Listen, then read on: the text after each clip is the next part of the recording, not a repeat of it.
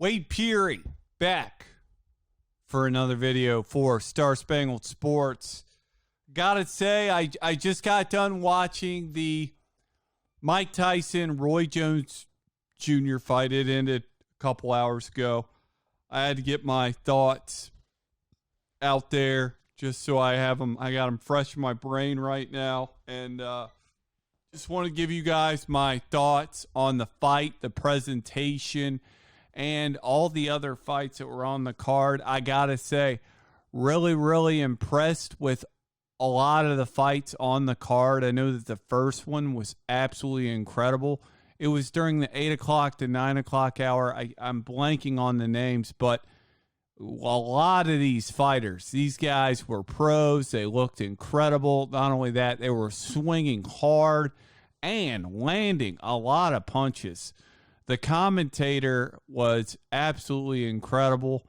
Really loved him for most of the fights. They were really, really good. All the commentators, loved the commentators. Not only that, the presentation in the ring with the lighting. I mean, the red lighting in the ring, like the combination of the red, the way it kind of faded across the ring was just absolutely beautiful. Not only that, the graphics around the ring were really, really cool. I got to give the people that put on this event, Triller, I'm not exactly sure who all put all the lighting and everything together in the presentation, but they did an absolutely incredible job for this Roy Jones Jr. Mike Tyson fight. All the other fights were actually more entertaining than the Tyson Roy Jones fight. I thought they were just better fights than the Roy Jones Tyson fight, but really one that I got to talk about was the Jake Paul Nate Robinson fight. All right, first off is Nate Robinson absolutely ruined his legacy as a professional athlete entirely. The way he fucking walked into that fucking swing, I mean, my God, he looked absolutely awful. And I expected him to be a lot better. It's like, all right, this guy played in the NBA, incredible athlete. I mean, he won a dunk contest, all right? This guy is one of the better athletes in the NBA, but my God, did he look fucking awful in that boxing fight. I mean, he was motionless on the canvas for a good solid minute or two. I mean, I thought,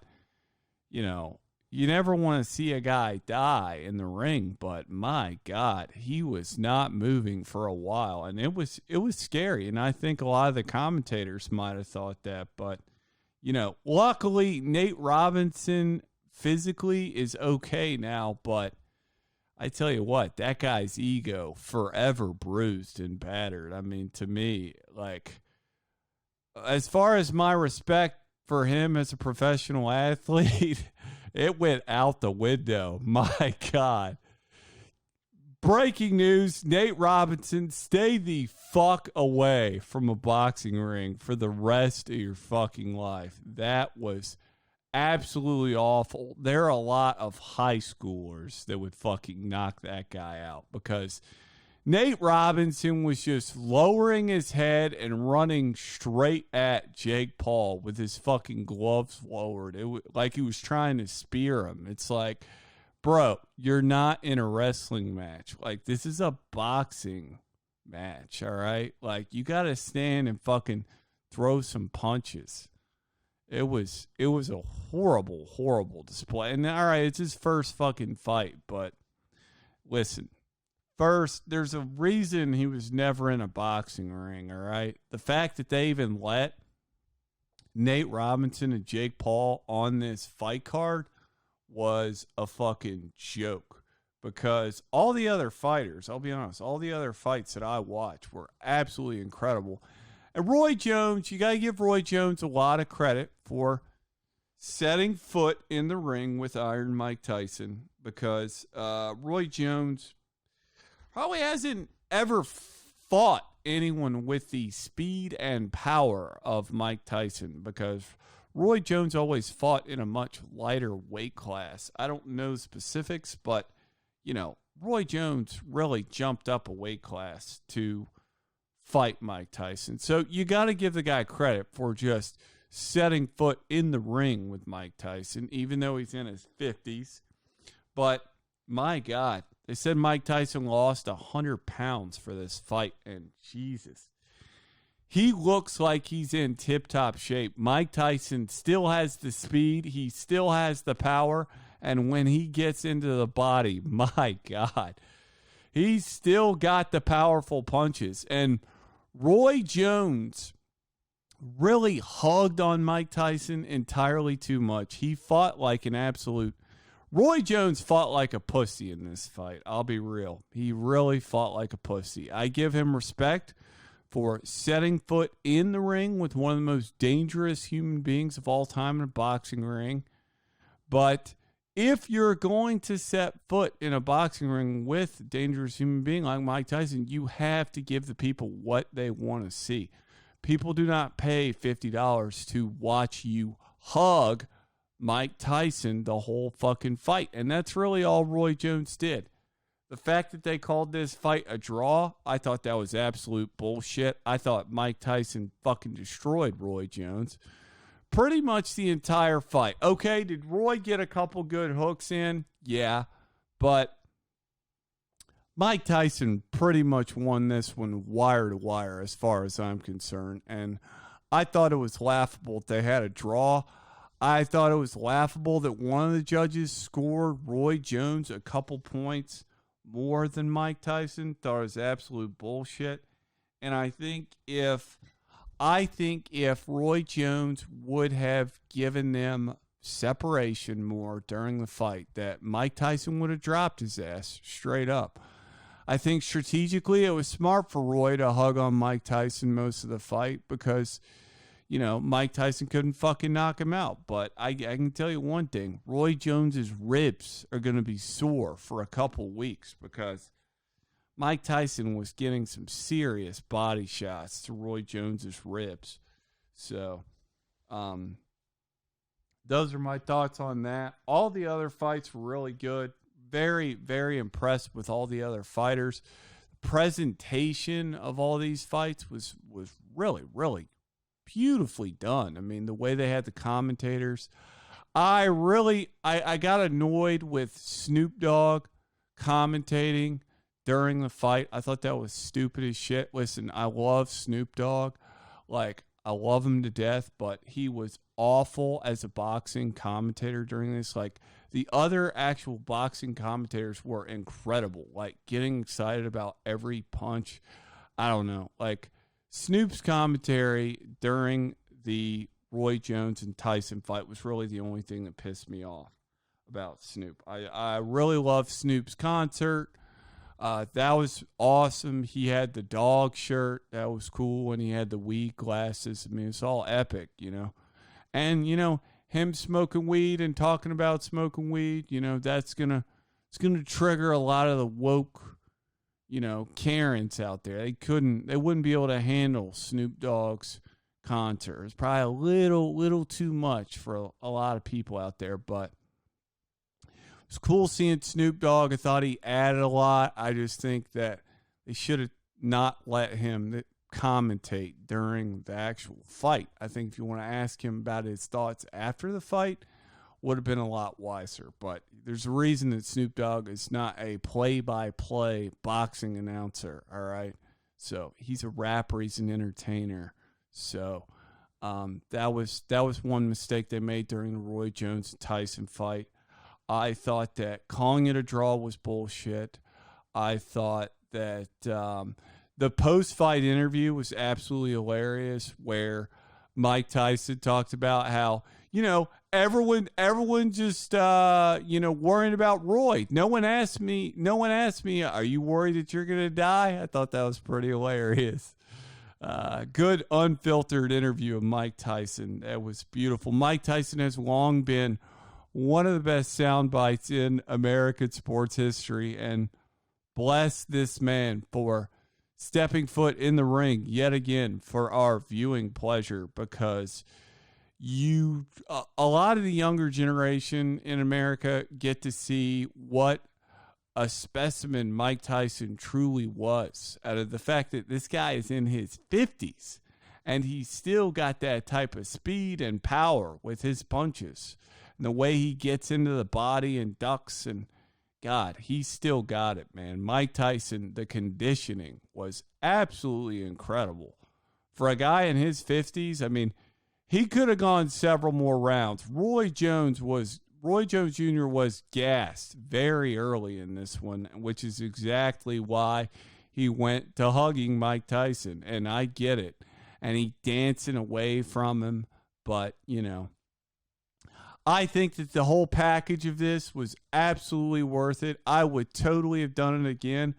I thought it was beautiful, all the different lighting effects they did in the boxing ring, like after the fight. Those were incredible. Not only the lighting effects like in the ring, and then the graphics surrounding the ring, and not only that, the light shows when all the boxers walked to the ring. That was really, really good too. Honestly, some of the best $50 I have spent on a sporting event in a long, long time. I got to give all the people that worked to put this together a warm round of applause, because I have pretty high standards when it comes to my sporting events, and I will openly rip you if I'm disappointed. I think that Roy Jones fought like an absolute pussy. But I think that all of the other fights, honestly, outweighed it enough to where it was the value was far exceeded.